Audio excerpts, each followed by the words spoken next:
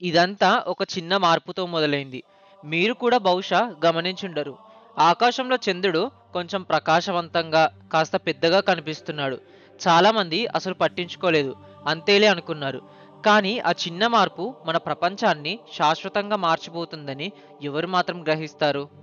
చంద్రుడు ఎప్పుడూ అలలను ప్రభావితం చేస్తాడు. అది మామూలే. కానీ ఈసారి అలలు మరింత బలంగా వస్తున్నాయి. బీచ్‌లని ముంచెత్తాయి. అదృష్టవశాత్తు పెద్ద విషాదం ఏమీ ఇప్పటివరకు జరగలేదు. కానీ కొన్ని విచిత్రమైన దృశ్యాలు అక్కడ కనిపిస్తున్నాయి.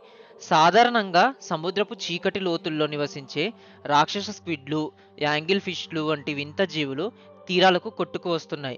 ఇది చాలా ఆశ్చర్యంగా ఉంది. కానీ అంతకు మించిన వింతలు ఇంకా ముందున్నాయి. So friends, this is Naveen Devarakonda. Welcome to my channel Naveen Devarakonda talks. వీడియోని ఎక్కడా స్కిప్ చేయకుండా ఎండ్ వరకు చూడండి. ఒకవేళ చంద్రుడు భూమిని నిజంగా ఢీకొడితే ఆ పరిణామాలు ఎలా ఉంటాయో ఈ వీడియోలో మనం క్లియర్‌గా తెలుసుకోబోతున్నాం. ఎక్కడా స్కిప్ చేయకుండా చివరి వరకు చూడండి. అలా కొన్ని రోజులు గడిచాయి. పక్షుల ప్రవర్తన పూర్తిగా మారిపోయింది. చలికాలంలో దక్షిణం వైపు వలస వెళ్ళే పక్షులు అసలు ఎగరడమే మానేశాయి. అవి లక్షలాదిగా గుంపులుగా ఏర్పడి నగరాల చుట్టూ లక్ష్యం లేకుండా తిరుగుతున్నాయి. ఎందుకంటే చంద్రుడు వాటికి దిక్సూచిలా ఉండేవాడు. ఇప్పుడు ఆ దిక్సూచి మాయమైపోయింది. సముద్రపు అనంత జలాల్లో ఓడల కెప్టెన్లు ఒక వింత మార్పును గమనిస్తున్నారు.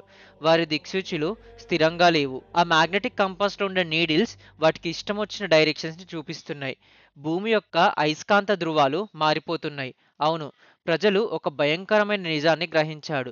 చంద్రుడు ఏ గుర్తు తెలియని కారణం వలనో భూమి వైపుకు దూసుకొని వస్తున్నాడని. చంద్రుడి గురుత్వాకర్షణ శక్తి మన గ్రహం యొక్క గురుత్వాకర్షణకు ప్రభావితం చేస్తాయి.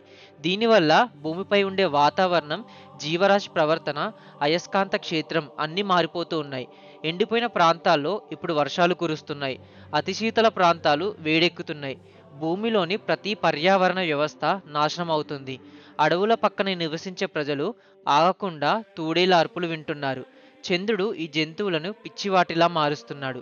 ఆకాశంలో చంద్రుడు మరింత పెద్దగా, మరింత ప్రకాశవంతంగా కనిపిస్తున్నాడు. రాత్రులు దాదాపు పగలులా మారిపోయాయి.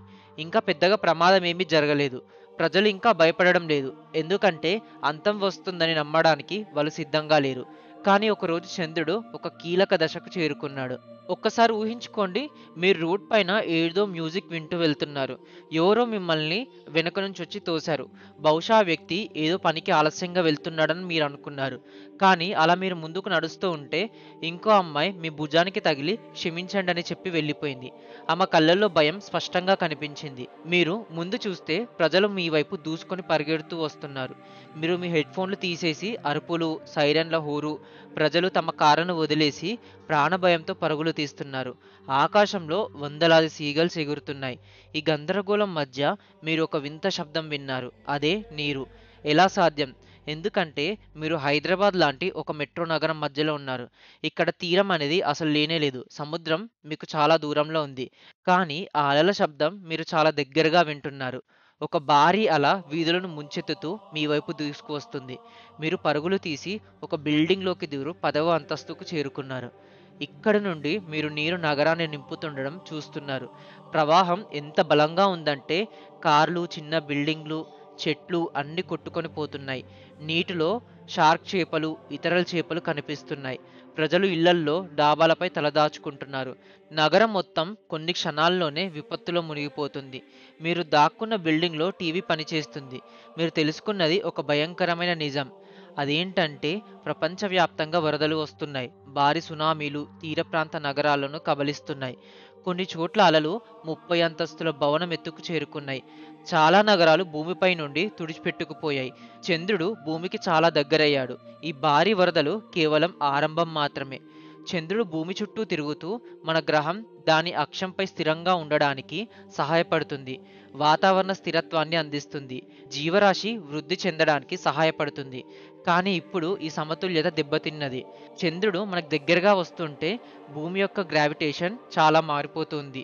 భూమి కాస్త ఒక వైపుకు వంగి ప్రపంచవ్యాప్తంగా భారీ వరదలకు కారణం కావచ్చు. మీరు నీటితో నిండిన ఒక గుండ్రని గ్లాసుని పట్టుకొని ఉన్నారని ఊహించుకోండి. దాన్ని కొద్దిగా వంచండి. ఆ ద్రవం ఒకవైపు నుండి మరోవైపుకు ఎలా కదులుతుందో చూసారా? ఇప్పుడు మన సముద్రాలతో కూడా అదే జరుగుతుందని గమనించాలి. కానీ చంద్రుడు కేవలం మనల్ని సమీపించడం మాత్రమే కాదు. అది గ్రహం చుట్టూ తిరుగుతూ ప్రతిసారి దగ్గరవుతున్న కొద్దీ భూమిపై వేర్వేరు ప్రాంతాల్లో విపత్తులను సృష్టిస్తుంది. మనం చూస్తుండగానే ఆకాశం చీకటి పడిపోతుంది. వింతగా ఉంది. ఎందుకంటే ఇప్పుడు కేవలం మధ్యాహ్నం 3 గంటలు మాత్రమే. చంద్రుడు భూమి భ్రమణ వేగాన్ని మార్చేశాడు. రోజు వేగంగా గడిచిపోతుంది. చంద్రుడు దాదాపు మొత్తం ఆకాశాన్ని కప్పేశాడు. అది మన గ్రహాన్ని ప్రకాశవంతంగా వెలిగిస్తుంది. అయితే ఇలా నీరు నగరాల్ని వదిలి వెళ్తున్న సమయాల్లోనే చంద్రుడు మరింత దగ్గరగా చేరుకున్నాడు. ఇప్పుడు భారీ భూకంపాలు మొత్తం ప్రపంచాన్ని చుట్టేస్తున్నాయి. రోడ్డు మొత్తం పగుళ్ళు పట్టాయి. ఇల్లు కూలిపోతున్నాయి. వీధుల్లో కొండ చర్యలు విరిగిపడుతున్నాయి. ప్రపంచవ్యాప్తంగా టెక్టానిక్ ప్లేట్లు కదులుతున్నాయి. అది వందల వేల మైళ్ళ భూమి పొర. ఇదంతా ఇప్పుడు కదులుతుంది. విధ్వంసకర పగుళ్ళు ప్రపంచవ్యాప్తంగా ఏర్పడుతున్నాయి. గ్రహంపై ఎత్తైన పర్వతాలు కూలిపోతున్నాయి. సముద్రపు అడుగు భాగం పగిలి భూగర్భంలోని మాగ్మా మొత్తం బయటకు వస్తుంది. వాల్కనోలు మొత్తం ఎరప్ట్ అవుతున్నాయి. ఎక్కడెక్కడున్న అగ్నిపర్వతాలు కూడా బయటపడుతున్నాయి.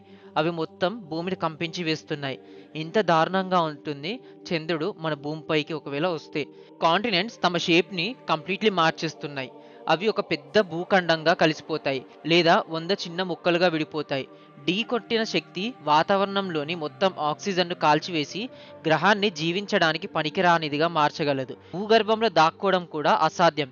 ఎందుకంటే తీవ్రమైన భూకంపాలు అక్కడ కూడా ఉంటాయి.